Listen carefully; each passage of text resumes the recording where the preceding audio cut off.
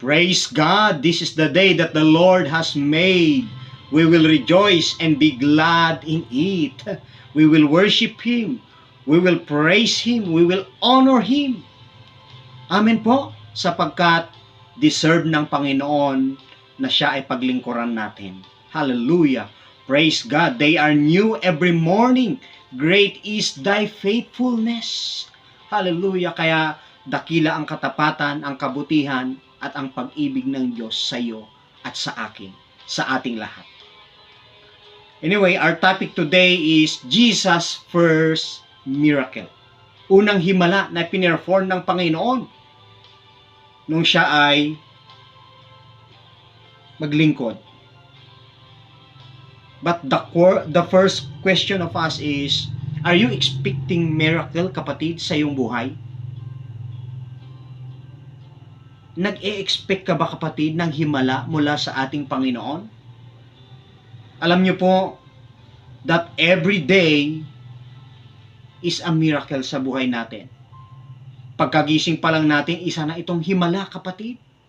That's why we thank the Lord for His grace, His goodness, and His greatness.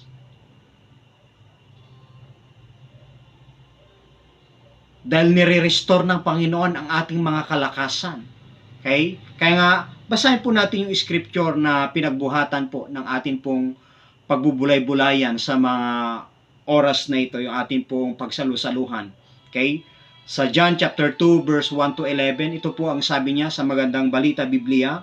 Pagkalipas ng 2 araw, may kasalan sa Cana, Galilea, at naroon ang ina ni Jesus. Si Jesus at ang kanyang mga alagad ay naroon din. Kinapos ng alak, kaya't sinabi ng ina ni Jesus sa kanya. Naubusan sila ng alak. Sinabi ni Jesus, huwag ninyo akong pangunahan ginang, hindi pa ito ang panahon ko. Sinabi ng kanyang ina sa mga alagad, sa mga naglilingkod, gawin ninyo ang anumang sabihin niya sa inyo. Verse 6, dooy may 6 na tapayan, ang bawat isa'y naglalaman ng 20 hanggang 30 galon. Nakalaan ang mga ito para sa paglilinis ayon sa tuntuning panrelihiyon ng mga Hudyo. Verse 7, sinabi ni Jesus sa mga katulong, punuin ninyo ng tubig ang mga tapayan. At pinuno nga nila hanggang sa labi. Verse 8, pagkatapos sinabi niya, sumalok kayo ngayon at dalhin ninyo sa namamahala ng handaan. Dinalhan nga nila ang namamahala ng handaan. Tinikman naman nito ang tubig na naging alak. Hindi niya alam kung saan nanggaling iyon, bagamat alam ng mga katulong na sumalok ng tubig, kaya't tinawag niya ang lalaking ikinasal. Sinabi niya rito, ang una pong inihahain ay ang masarap na alak. Kapag marami nang nainom ang mga tao, saka inihahain ang mababang uri. Ngunit ipinagpahuli ninyo ang masarap na alak. Ang nangyaring ito sa Cana, Galilea, ay siyang unang kababalaghang ginawa ni Jesus. Sa pamamagitan nito'y inihayag niya ang kanyang kadakilaan at nanalig sa kanya ang mga alagad. Purihin ang banal na salita ng Panginoon. Let us pray. Hallelujah. Our Father in heaven, hallowed be thy name. Your kingdom come. Your will be done on earth as it is in heaven. Hallelujah. Oh Father, we recognize your holy presence in our midst. Hallelujah. We thank you and we worship you. You are faithful every day, Panginoon. You are our constant companion, O Lord. Hallelujah. You are worthy of all our praises and thanksgiving. Hallelujah. Prepare the heart of your listeners, O God. Open their minds and their eyes of their understanding in the name of Jesus. Anoint me, Father. Empower me as I share your words, your very words. Hallelujah. I pray that your words will bring miracle, encouragement, strength, peace, and joy to all our viewers in the name of Jesus.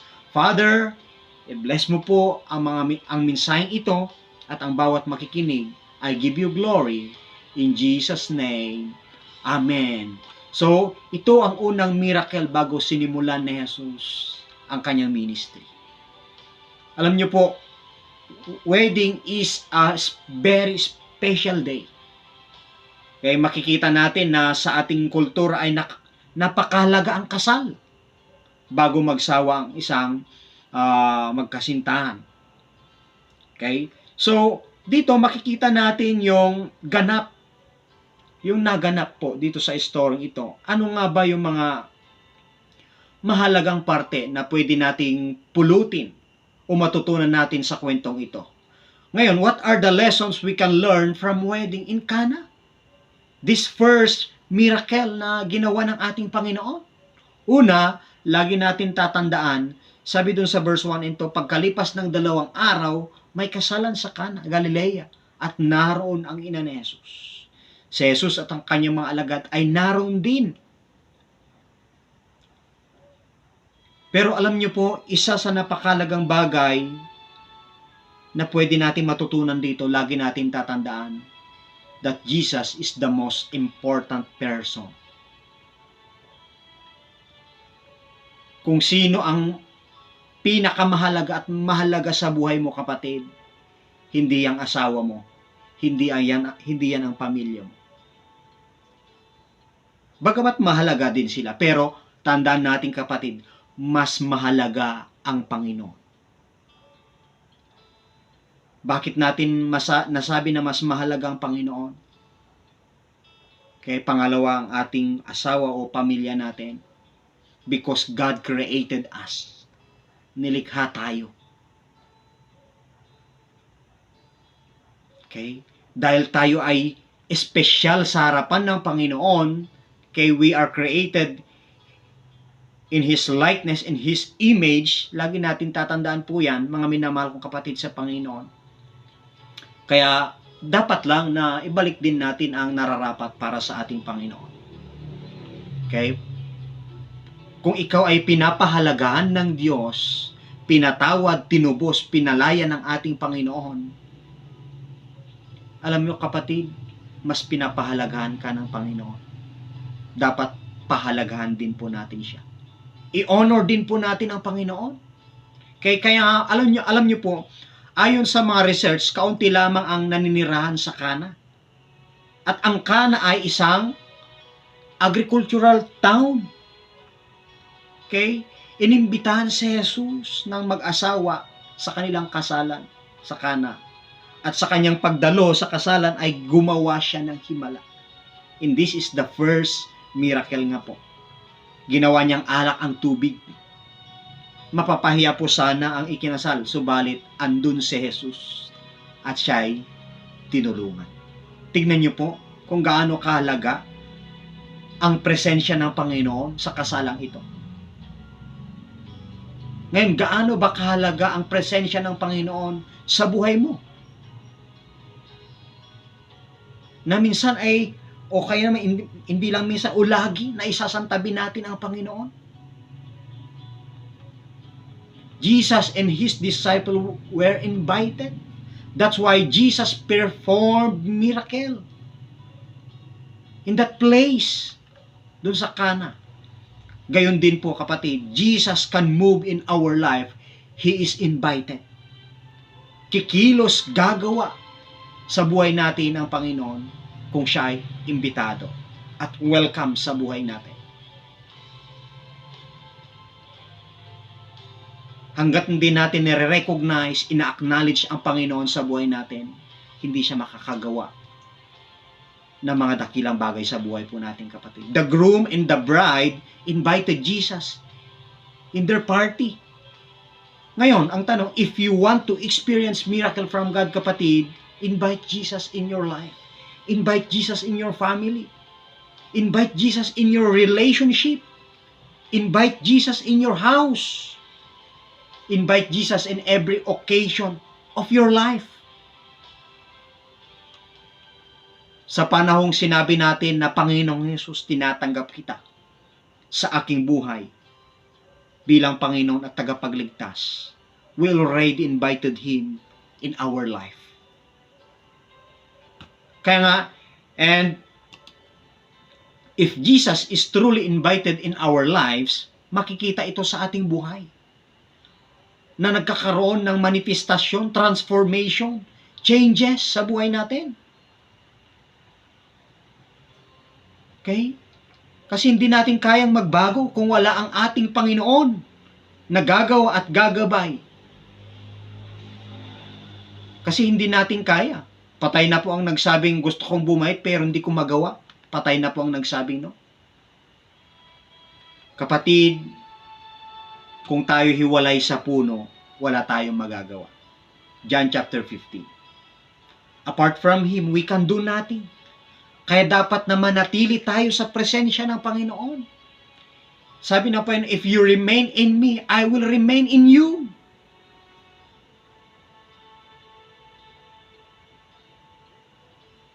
Ang nanatili sa akin, sabi niya, ako sa Kanya, ang siyang nagbubunga ng sagana. Sapagkat wala kayong magagawa kung kayo'y hiwalay sa akin. Kaya kapatid, panatiliin natin tayo ay nakakonect sa ating pong Panginoon. Sabi dun sa verse 7 ng John chapter 15, kung nananatili kayo sa akin at nananatili sa inyong aking mga salita, hingin ninyo ang anumang nais ninyo at ibibigay iyon sa inyo. Praise God. Napaparangalan ang aking Ama kung kayo'y masaganang nagbubunga bilang aking mga alagad. Kung hindi na imbitahan si Jesus sa kasalan, sa Kana, hindi mangyayari ang miracle, kapatid. Sa ating buhay, dapat nating huwag kalimutan si Jesus. That He is the most important person in every occasion sa buhay natin. Na lagi natin pasalamatan. We should be grateful dapat. At lagi natin tatandaan, it is good, it is great, and it is a godly na tayo ay magpasalamat sa ating Panginoon. This is God's will. Na dapat lang natin gawin, kapatid. That in every Sunday na ibinigay sa atin ng Panginoon, papurihan natin, sambahin natin. Kung siya'y mahalaga sa buhay po natin, kapatid. Kaya we must seek His blessing and His guidance in every aspect sa mga buhay po natin, kapatid.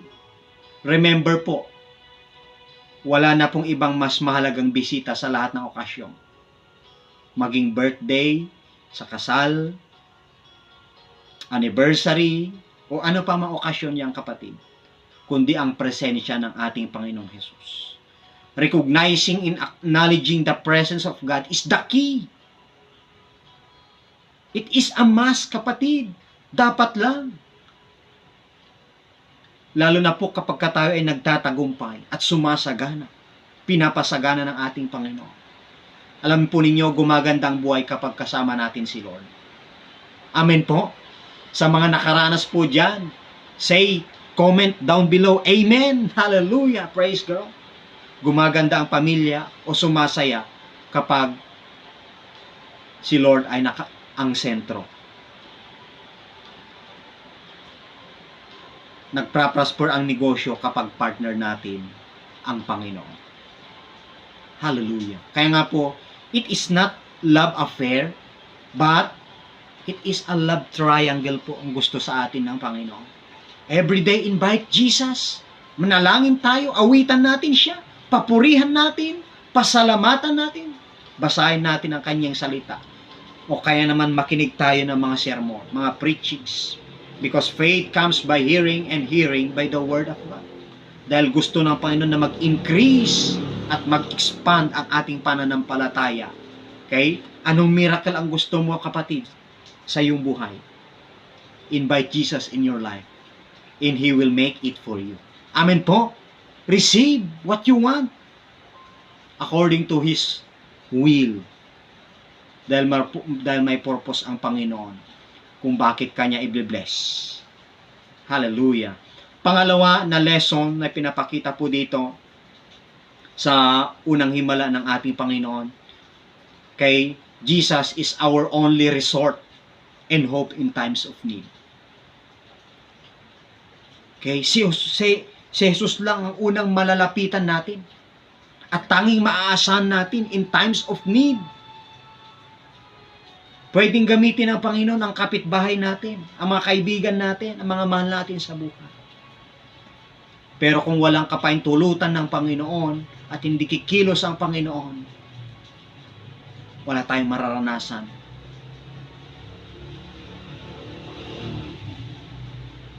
Sabi dito sa verse 3, kinapos ng alak, kaya't sinabi ng ina ni Jesus sa kanya, naubusan sila ng alak. Verse 4, sinabi ni Jesus, huwag ninyo akong pangunahan, ginang. Hindi pa ito ang panahon ko. Pero alam ito ng ina ni Jesus. Okay? Kaya nga sinabihan siya naubusan sila ng alak. Kaya kapatid, Jesus is our only resort and hope in times of needs. Okay? Maasahan po natin. Naubusan ng alak ang mag-asawa bilang kanilang handa. Kaya nagsabi si Maria kay Jesus. Kagaya ni Maria, we must also take all our burdens to the Lord. Ano man ang iyong pinagdadaanan, ano man ang sitwasyon na iyong kinakaharap, give it to the Lord. Surrender to the Lord. Sa halip na unahin nating pumunta sa mga kaibigan, sa kamag-anak, sa kapamilya, lumapit muna tayo sa ating Panginoong Jesus. Manalangin muna po tayo. Sabi ni Jesus, lumapit kayo sa akin, kayong lahat na napapagal, at kayo bibigyan ko ng kapahingahan. Lumapit tayo kay Jesus. Manalangin tayo. Intercede for others. Okay? Intercede for work. Pray for your neighbors. Pray for your families. Hallelujah. Kaya nga, sabi ng Psalms, delight yourself in the Lord, and He will give the desires of your heart.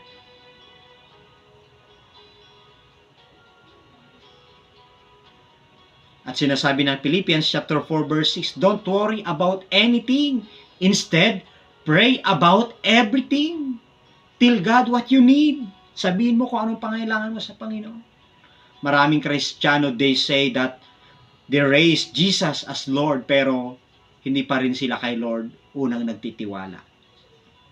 Pero kung magtitiwala ka sa Kanya, kapatid, makikita mo ang miracle niya sa buhay mo.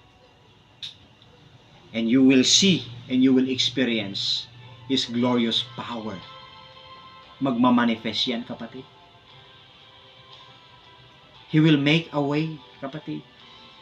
And He will save you. Hallelujah. Amen po? Amen? Praise God. Kaya anumang imposible sa tao ay posible sa Panginoon. God is able, kapatid. He will created from nothing into something. Diba? Madilim, nagkaroon ng liwanag.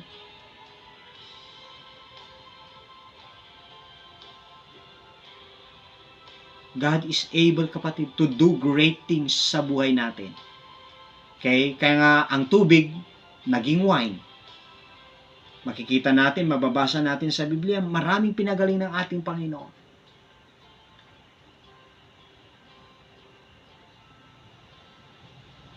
Maraming impossibilities na nakikita natin, na experience natin. Pero tandaan po natin, walang imposible sa Panginoon. Walang mahirap sa ating Panginoon. Ang bingi nakakarinig, ang may sakit pinapagaling, ang patay binubuhay ng Panginoon. Hallelujah! Praise God! He will provide everything, kapatid. That's why Jesus is our only resort and hope. Kung may nais kang mangyari, kapatid, si Jesus ang iyong unang lapitan, and you will experience your miracle. Hallelujah! Hallelujah! Seek Him first and His righteousness. At lahat ng bagay ay idadagdag ng Panginoon sa mga buhay natin. Alam niyo po, if we seek God sa buhay po natin, kapag kainuuna natin ang Panginoon, hindi po tayo lugi kung lagi natin uunahin ang Diyos. Persistence Diligence and perseverance is the key. Kagaya po ng mga wise men. Nung ipinanganak si baby Jesus, hinanap nila. Talagang they persist. Talagang yung perseverance sa kanilang paglalakad hanggang sa mahanap si baby Jesus para lang sambahin siya.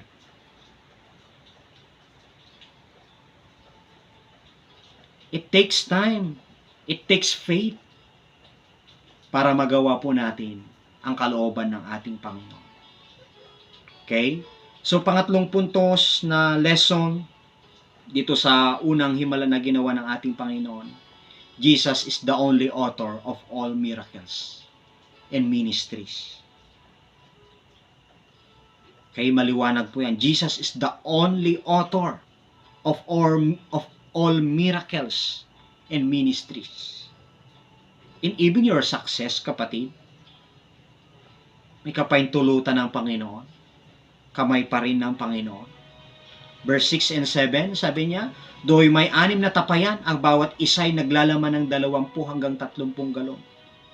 Nakalan ang mga ito para sa paglilinis ayon sa tuntuning pareliyon ng mga Hudyo." Sinabi ni Jesus sa mga katulong, "Punuin ninyo ng tubig ang mga tapayan," at pinunungan nila hanggang sa labi. Naging instrument ang Panginoon ang mga katulong upang punuin ng tubig ang tapayan. Subalit si Jesus pa rin ang gumawa ng miracle. It's not all about us pa rin, kapatid. It's all about Jesus. Jesus is the author of your life. Jesus is the author of your blessing. Jesus is the author of your favor. Jesus is the author of your miracle, kapatid. Jesus is the author of ministries. Kaya huwag mong sabihin na kung wala ako, wala na yan. Kapatid, magunos dili ka din. Dahil ang mga normal na tao pwedeng gamitin ng Panginoon. Kung ang mga mayaman sa tingin nila ay mangmang ang isang taong ito, pero pwedeng gamitin ng Panginoon para ipahiya ang mga magagaling na ito. Lagi din po natin alalahanin that Jesus is the author of promotion. Okay? Si Jesus, kapatid, ang author kung bakit ka sumasagana, kung bakit ka nagtatagumpay. Si Jesus, kapatid, ang author kung bakit ikaw ay malakas ngayon.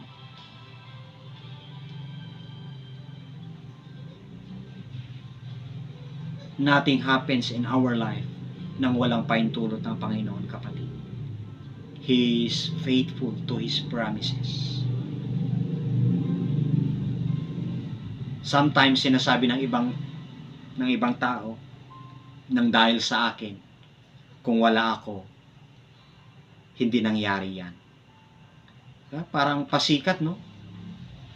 Pero tayo bilang mga mananampalataya, mga anak ng ating Panginoon, lagi tayo nagpapasalamat sa Diyos kung patuloy niya tayong ginagamit at gagamitin pa for greater things sa kanyang kaharian. And are you willing, kapatid, na maging instrumento ng ating Panginoon? Hallelujah! Sinabi ni Mary, they have no wine. Mary's first reaction is to go to Jesus. Paano niya nalaman na kulang yung wine? Maaring kilala niya po or may part siya sa event, kagaya po ng coordinator. Sinabi ni Mary sa mga alagad, gawin ninyo ang anumang iniuutos niya at sumunod ang mga sinabihan. Jesus made the very first miracle, kapatid. The containers were filled with water. Puno ng tubig. It was filled to the brim. Maapaw pa siguro po, no? Jesus created something. Jesus turned water into wine. Hallelujah! Jesus is the only author of miracles and ministries, kapatid. Even our success or our victories. That's why give it back, the glory and honor, to our Father in heaven. Bilang pagkilala.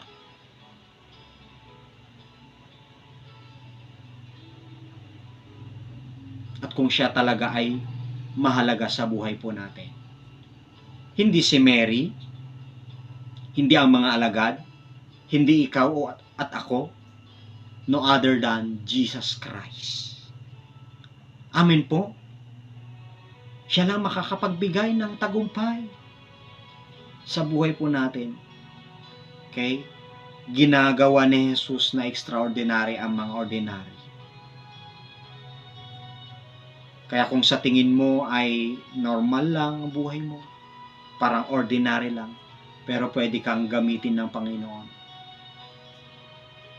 Pwede niyang gawin ang buhay mo na parang extraordinary. Dahil importante ka, mahalaga ka sa paningin ng Panginoon. Dahil may purpose ang Panginoon. Kahit magulo, alam niyo po, kaya pang ayusin ni Lord. Hindi na pahiya ang mag-asawa. Kung wala nang magawa, give up ka na, kayang-kaya ni Jesus, kapatid. Pagtiwalaan mo lang siya. Kung minsan pangit na ang sitwasyon, pero dahil kasama si Jesus, nagkakaroon tayo ng magandang testimony. He will turn the testing into testimony. He will turn the mess into miracle. Hallelujah. Kaya nga po bilang pangwawakas, mga minamahal, sa pamamagitan nito ay inihayag ng Diyos ang kanyang kadakilaan at nanalig sa kanya ang mga alagad. At naniwala ang maraming tao. So, be an instrument, kapatid. The Lord uses instrument to perform His miracle. Ikaw at ako pwedeng gamitin ng Diyos to perform His miracles to others. At ang maganda po, kapatid, dito, sabi sa kanyang mga salita, higit pa sa kanyang ginawa ang pwede nating magawa. At the wedding in Cana, the Lord used the water into wine. That was available to perform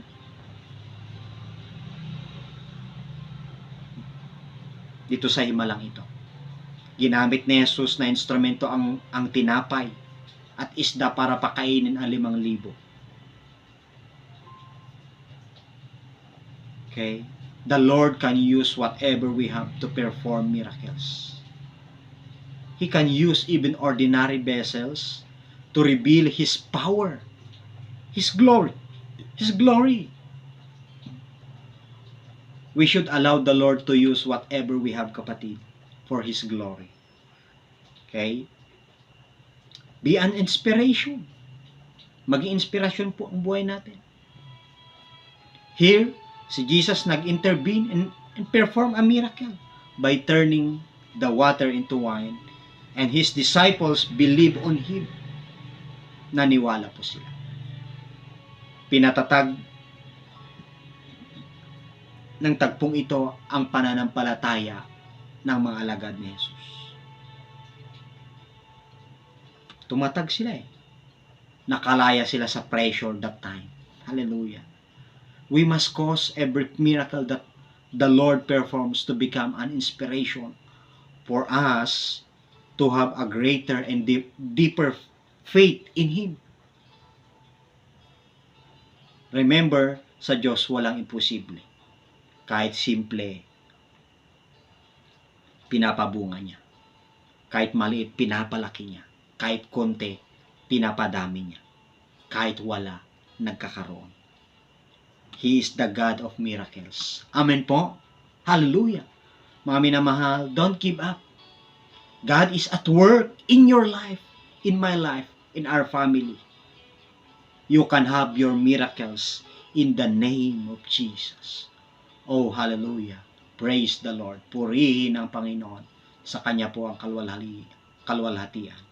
Tayo po ay sama-samang dumulog at manalangin sa banal na presensya ng ating Panginoon. Hallelujah, hallelujah. Ano man ang ating mga nilalapit sa Panginoon, mga inihintay natin, walang imposible sa Panginoon, kapatid. Manalangin tayo. Heavenly Father, Lord Jesus, and in the power of your Holy Spirit, we thank you for your words, your wondrous works and promises. Sinabi mo sa iyong mga salita, Panginoon, ask and it shall be given. Seek and we will find. Knock and the door will be open unto us. Hallelujah. O God, ikaw ang aming tunay na pastol. Hindi mo kami pagkukulangin, Panginoon. I believe that in the power of your name, O God, malalagpasan namin ang lahat ng crisis, calamities, challenges, testings, in the name of Jesus. Oh, bless us, O Lord, spiritually, emotionally, intellectually, physically, in the name of Jesus. Hallelujah. Sa lahat ng mga viewers, bigyan mo sila ng katugunan sa kanilang mga pinagdadaanan, kasagutan sa kanilang mga panalangin, at kagalingan at kasaganaan sa pangalan ni Jesus. We love you, Father. We love you, Jesus. We love you, Holy Spirit. We give you glory. We give you honor. This is our prayer in Jesus' mighty name. Amen.